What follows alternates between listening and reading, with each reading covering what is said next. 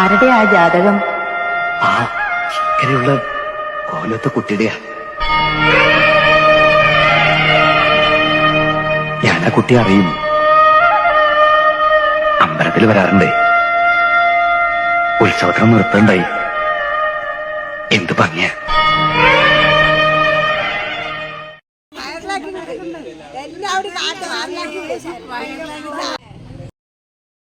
ഈ അമ്മമാർ മണ്ഡലവ്രതം അനുഷ്ഠിച്ച് അന്നദാനത്തിന് വന്നിരിക്കുക കേട്ടോ. ശബരിമലയ്ക്ക് മാലയിട്ടിട്ട് ഭയങ്കര ഹാപ്പി ആയിട്ടാണ് ഇവർ ഓരോ വീഡിയോസ് എടുക്കുന്നതും. ഞാൻ കുറേ സമയം നോക്കി നിന്ന്. ഒരമ്മ അവിടെ ഡാൻസ് കളിക്കുന്നുണ്ട്. ഈ അമ്മ ഭയങ്കര ആക്റ്റീവാണ്. അപ്പം ഞാനിങ്ങനെ ഇവർ അറിഞ്ഞു കഴിഞ്ഞാൽ ഇനി എന്താ പറയുക, നോക്കുമ്പോൾ അവർ ഭയങ്കര വീഡിയോ എടുക്കുന്നതായി അവസാനം. ഈ അമ്മ എടുക്കുന്നുണ്ട്, പക്ഷെ അമ്മ ഫോട്ടോ എടുക്കുന്ന വീഡിയോ അല്ല, അവർക്ക് ആവശ്യം വീഡിയോ ആണ് താനും. എന്നിട്ട് പിന്നെ ഞാൻ വീഡിയോ ഒക്കെ എടുത്തു കൊടുത്തു. എനിക്ക് കുറേ കാര്യങ്ങളൊക്കെ അങ്ങനെ അവർ പറഞ്ഞു തന്നു, ആ ക്ഷേത്രത്തിൻ്റെ ഓരോ കാര്യങ്ങൾ.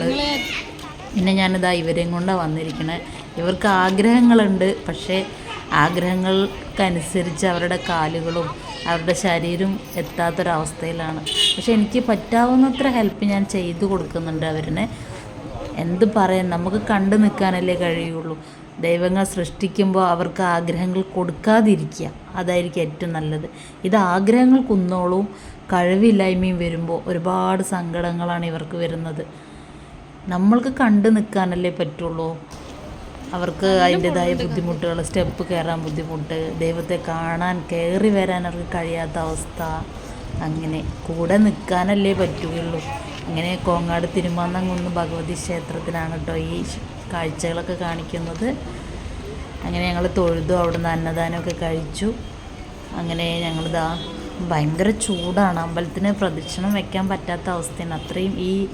അങ്ങനെ ഞങ്ങൾ കാഴ്ചകൾ കണ്ട് പുറത്തിറങ്ങിയിട്ടു. നല്ല ചൂടാണ് പുറത്ത്. ക്ഷേത്ര ദർശനമെല്ലാം കഴിഞ്ഞു, ഹാപ്പി ആയിട്ട് പുറത്തിറങ്ങി.